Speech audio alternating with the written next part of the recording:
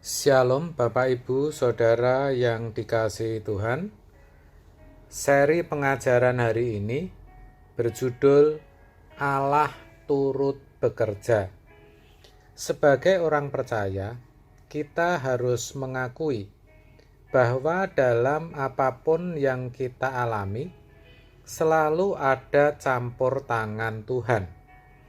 Hal itu jelas dituliskan dalam Roma 8 ayat 28. Kita tahu sekarang bahwa Allah turut bekerja dalam segala sesuatu untuk mendatangkan kebaikan bagi mereka yang mengasihi Dia, yaitu bagi mereka yang terpanggil sesuai dengan rencana Allah. Dikatakan bahwa Tuhan itu turut bekerja dalam segala sesuatu.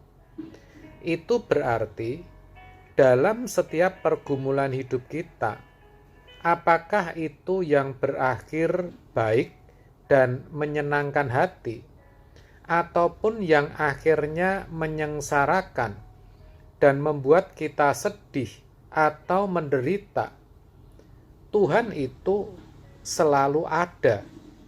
Bahkan Dia turut campur untuk mendatangkan kebaikan. Kebaikan yang dimaksud di sini tidak selalu identik dengan masalah yang cepat selesai, dapat melunasi hutang, atau sakitnya jadi sembuh. Meskipun bisa juga seperti itu, tetapi tidak selalu, saudara. Yang pasti, kebaikan Allah itu terkait dengan keselamatan jiwa. Artinya, orang akan menjadi semakin dewasa rohaninya, semakin serupa dengan Yesus atau sempurna seperti Bapa. Ini harus dimengerti betul oleh setiap orang percaya. Kenapa? Karena biasanya orang menginginkan campur tangan Tuhan itu agar masalah yang dihadapinya cepat selesai.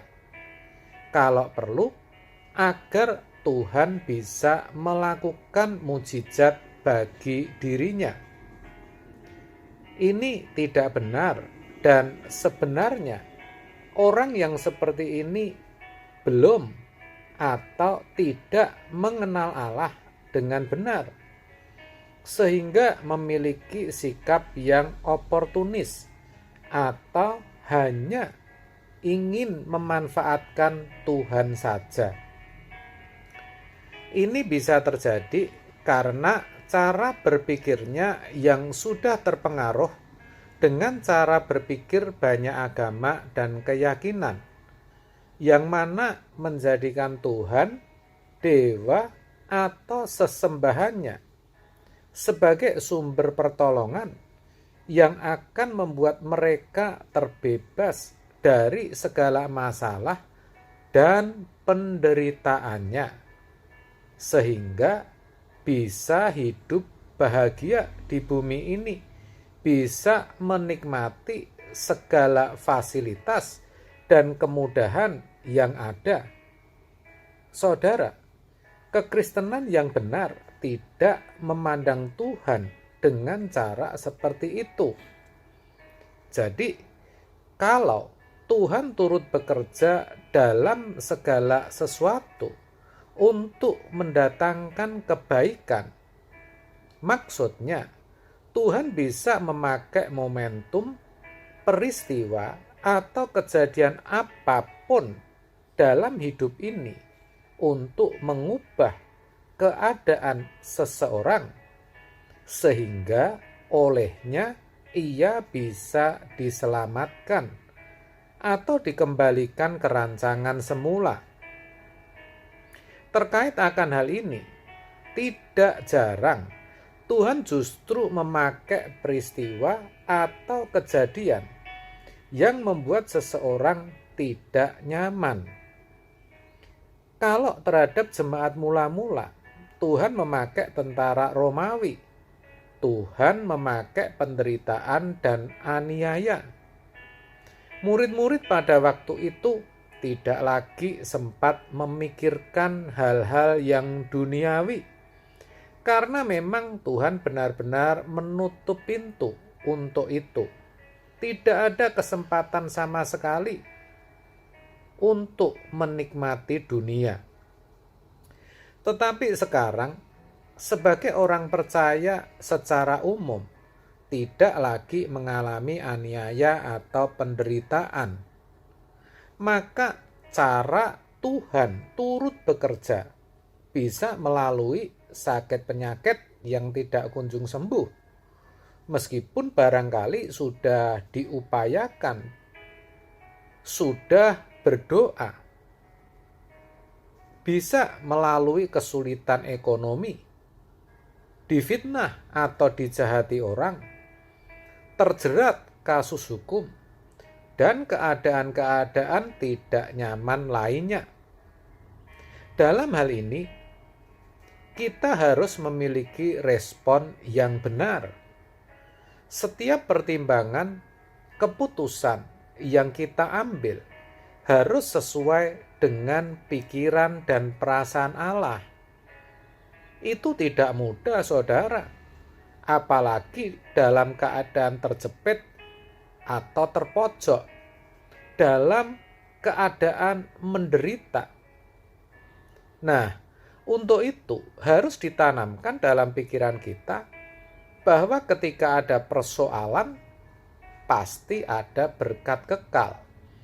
Dan itu yang harus kita temukan, yang harus kita cari. Apa yang Tuhan mau dari diri kita untuk berubah? Apakah hati kita yang tidak tulus, yang najis dan kotor? Atau perkataan kita yang suka menyakiti orang lain? Perbuatan kita yang tidak senonoh, membuat orang kecewa? Sikap kita yang sinis dan tidak bersahabat, atau apapun yang lain juga. Jadi, jangan tergesa-gesa bertindak atau merespon. Jangan cepat marah, kecewa, atau cari jalan keluar. Tetapi, carilah terlebih dahulu berkat kekalnya. Kalau kita mau perkarakan, kita mau tanya kepada Tuhan, pasti akan kita temukan kok berkat kekalnya. Percayalah, ketika kita sudah mengerti maksud Tuhan atas masalah yang kita hadapi, jalan keluar itu akan kita temukan dengan sendirinya, akan datang dengan mudah. Mungkin kita akan berkata, oh, ternyata jalan keluarnya kok semudah dan sesederhana ini ya. Bahkan saudara, kalaupun belum ada jalan keluar, masalah kita belum terselesaikan, kita juga tidak akan marah, sedih, atau kecewa. Karena kita tahu semua pasti berakhir, semua pasti selesai. Kita juga tidak akan menyalahkan keadaan atau siapapun juga. Sebaliknya, kita bisa menerima dan hati kita tentram dan damai, bahagia, karena kita sadar betul bahwa Tuhan ada bersama-sama kita. Tidak hanya itu, ternyata dalam kesemuanya itu Tuhan turut bekerja demi kebaikan kita.